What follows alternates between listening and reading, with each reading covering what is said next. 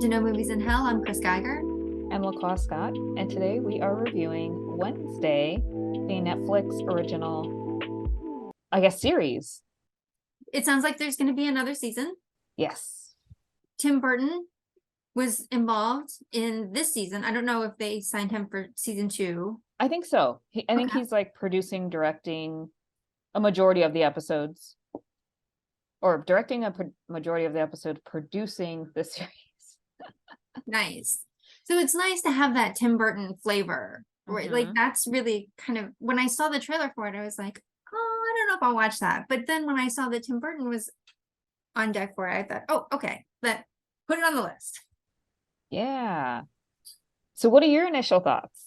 I think we talked about this before when we did our Halloween episode, and I love the Addams Family. I remember it from when I was younger. Angelica Houston as Morticia is my favorite Morticia. Christina Ricci is my favorite Wednesday. So it's hard to watch this with that in mind. If I approach it that way, I'm not a huge fan. But if I approach it as something new that's just Addams Family flavored, Mm-hmm. then it's okay. Then it's good. I like the storyline. It seemed interesting. It seemed very like sort of young adult based, very Harry Potter meets Scooby Doo meets Addams Family meets True Blood. Because there are monsters and people have superpowers, and the old Addams Family, I mean, Thing was not a person. Yeah. He was an animated hand, so that's a superpower. And also Uncle Fester like has his electricity where he can do the light bulb thing. So they did have some magic. Yeah, then the family. Yeah. I thought this was kind of a lighter take for sure. Because, the old Wednesday didn't really ever come out of her shell. Yes. Where this Wednesday, obviously develops affections for people around her and has emotions. Mm-hmm.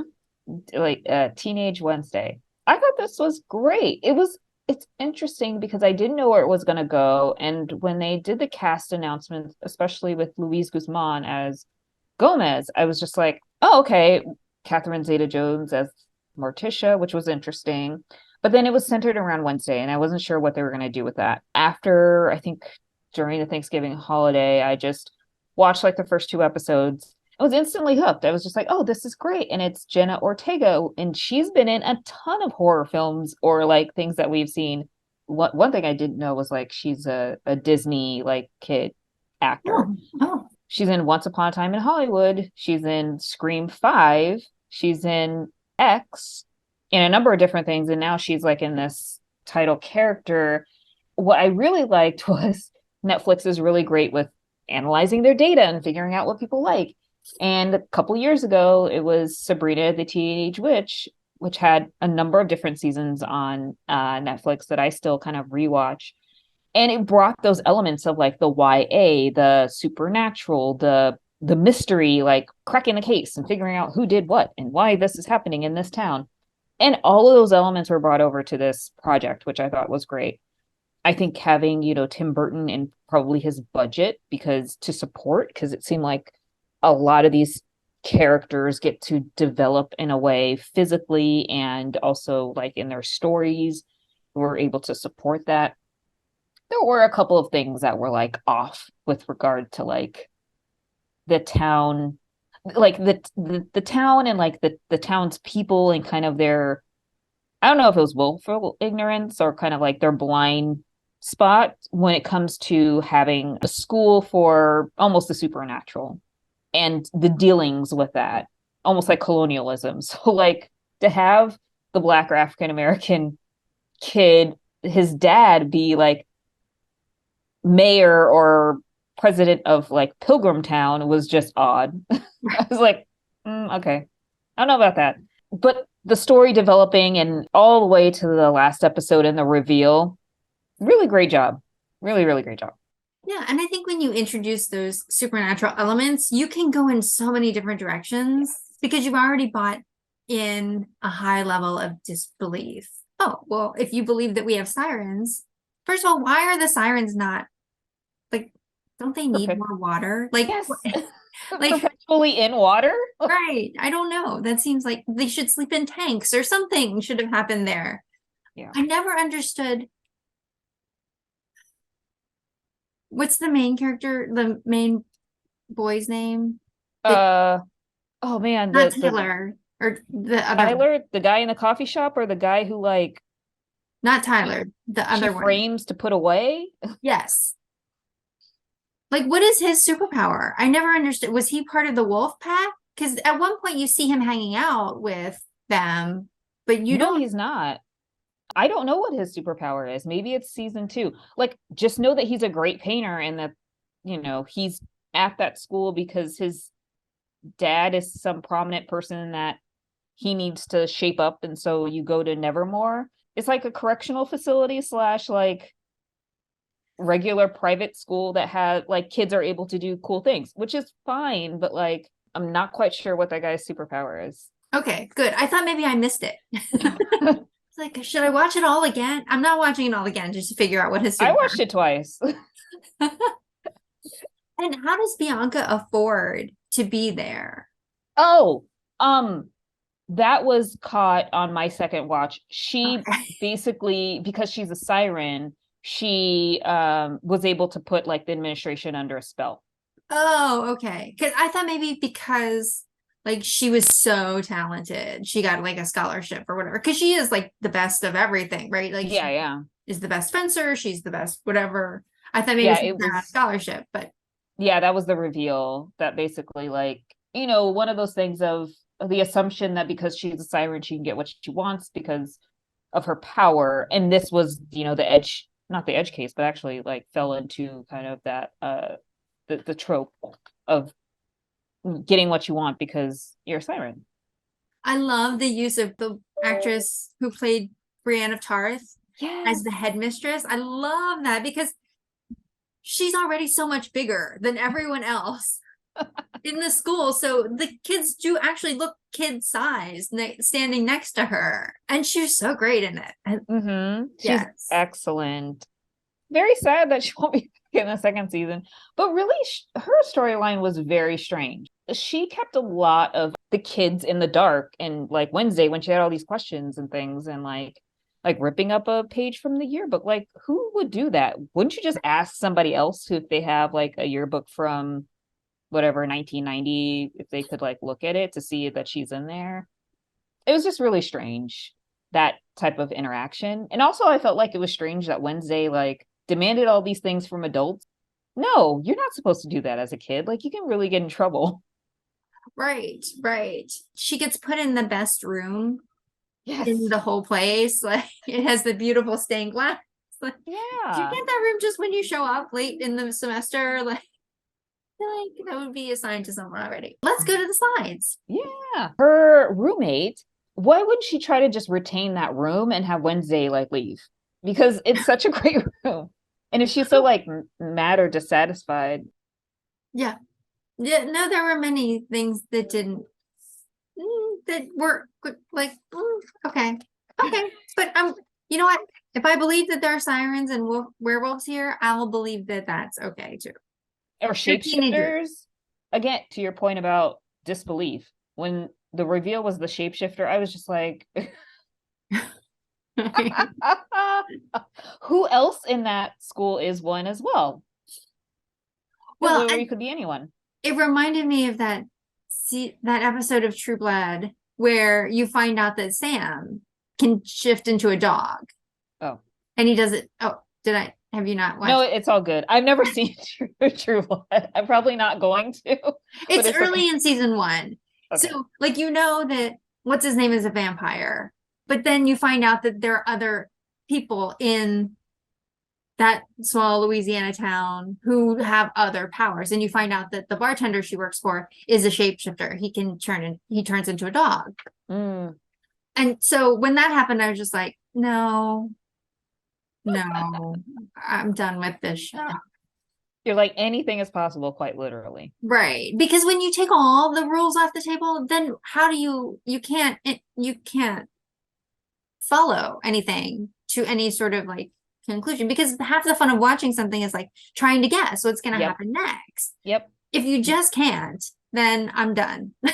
That's very fair. I think that was the reason why like I watched it a second time to be like, that wasn't plausible. And why? Yes, there were a ton of plot holes, but overall, I think I enjoyed it.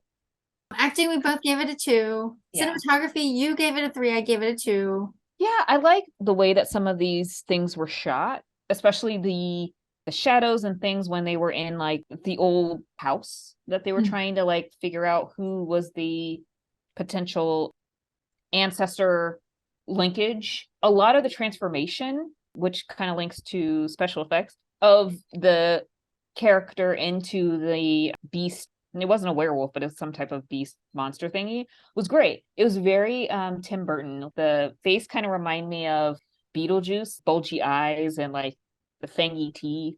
I thought it was great. Costumes I really like.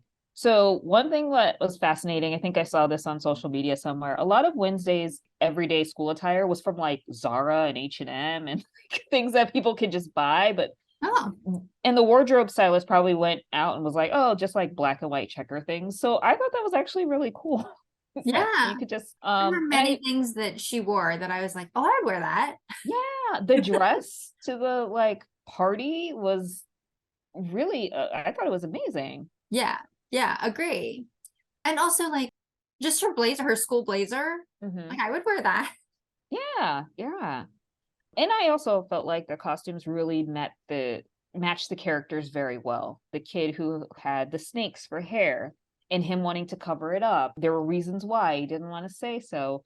And even her roommate as a werewolf and like wanting to be yourself and not express, what goes on, I thought was really good. And even Christina Ricci's character was like amazing. Just amazing. I wanted that outfit. I love that they brought her back. Yes. I do think the woman that they got to play Wednesday is too pretty, too conventionally pretty to be Wednesday, really, because come on. Like she needed to be like plain. I mean, look, when she was like her ancestor or whatever, I was just like, oh my gosh, she looks so sickly. Right. But one of the things we loved about Wednesday, like the old, like Christina Ricci Wednesday, is that she like embraced all the things that were not conventionally attractive. And like she had the super high forehead, but like her hairstyle like really accented that. Like, yeah. But Jenna's character wears makeup and has long eyelashes and super chiseled cheekbones. And she's a leading character, and Christina Ricci is like a character actor. No, I completely agree with that. I liked it. I did too. Hair and makeup, I gave it 2. Even though I would wear anything Wednesday wore, like the rest of it just seemed kind of like normal high school kid going to prep school. Very true. I did like the hair and makeup. Yeah, hair and makeup, they did a good job, especially with the transformations. Yes. Very good job. Jewelry 2, production 2, Reader's Choice, you give it a 3, I give it a 2. Story, I thought it was good. There are a lot of like these just subplots that were just kind of like, yes, it's filler. I think it's pretty easy to identify who the person was, because we use whole numbers. Like I would have given this like a 2.5, but like I couldn't give it a 3 from a Reader's Choice perspective. And story, I couldn't either because I was predictable. Like there were certain things where you're like, okay, that's gonna happen. Okay, this is gonna happen. Also, I think because Tim Burton was involved, I sort of had really high expectations. Soundtrack were the same. Special effects, you gave it a 3, I gave it a 2. I did. I think, this might be, gosh, when was the last Tim Burton thing that really resonated? Would probably be for, I guess we know him more for a lot of things that kind of are more on the scarier side than like emerging. He's been in our realm in terms of entertainment for far longer than younger people. Younger people probably know him as the producer of Nightmare Before Christmas, but that's probably it. Like a lot of teenagers don't know who he is or like know him from that or classic films that are more than like 30 years old. So this is kind of I felt like, no, I wasn't the target audience for this, even though a lot of the elements were there. Like, I love Catherine Zeta-Jones. I love Louise Guzman. Fred Armisen is great. Gwendolyn Christie is great. Christina Ricci obviously is on point. But it was clear that like, this is kind of an introduction to a younger audience seeing Tim Burton at work with a sizable amount of budget from Netflix. It's doing really great in terms of streaming hours and people really engaging and upsetting a lot of the other, well, not upsetting in like a emotional way, but a lot of people are watching this and it's resonating kind of worldwide. So I think it's fantastic. I think it's great. And I feel like he's probably going to find another footing with the TikTok generation. The casting choices were not expected. Luis Guzman as Gomez. Yes, as Gomez. That was surprising to me because in the past, you always see Gomez as very like debonair and very almost like kind of the Addams Family version of James Bond, right? He can do all these things. He's an expert fencer. He's very like, he's very suave. He's very charming.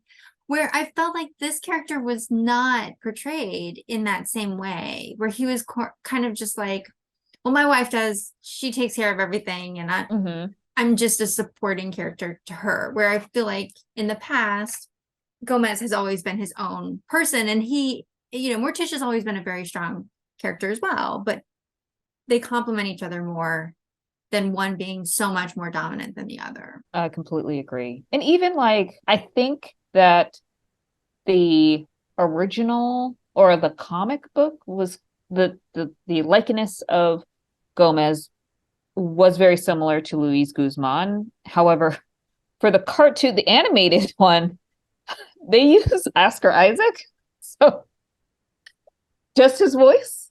Okay. So yeah, I'm like, oh, interesting. The different casting choices between like the recent animated ones and then this one.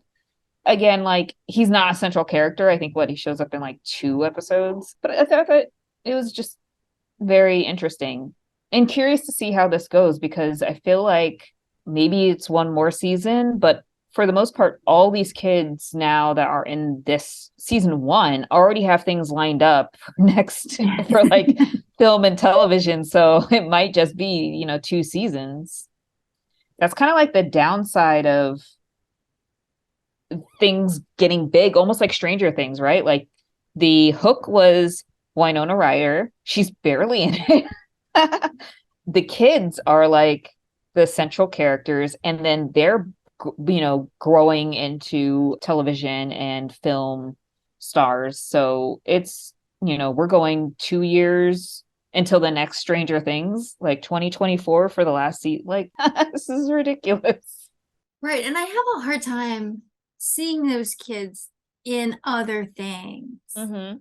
Like when I see ads for Enola Holmes, I haven't watched Enola Holmes at all. I haven't either. I have a very hard time because that's 11. Like, who is Enola Holmes? I don't know. And maybe because it's a period piece, like I can't wrap my head around like this character preceding 11, but she's much older than 11. So She's also in like a Godzilla movie, and I was just like, I had no idea. Oh, I didn't either. And yeah, she has her own production company now, I think, too. Like they're branching out, which is awesome. But it's hard for me. Once you have a couple seasons of a specific character under your belt and you're so young when that happens, it is very hard, I think, to get into something else. Do you have anything to plug in this episode? No. Just end of year wrap up. Again, great year for films. So curious to see what our top films are going to be. How about you? Do you have anything to plug? I don't have anything to plug. I will be interested. We're going to have to create categories for our favorite because there's so many good things that came out this year. I don't know if I'll be able to just say like, this is my all-time favorite movie of this year. I think I'll have to say, this is my all-time favorite comedy. This is my all-time favorite drama. This is my all-time favorite. I don't think I can pick a number one. Yeah. I have to think about it more. I agree. I'd be curious to see what we've picked kind of like on our own without looking at our scores versus looking at what we actually scored them. Because now we've had time to like really we'll see what else is out there, and then like rankings probably won't impact, or maybe they will impact how we see things, kind of like it's almost like a slow burn, like after a period of time. I think I'd be curious to see that. Yeah, definitely. Tastes have changed throughout the year. All right. Well, thanks everyone. We'll see you next time. See you next time.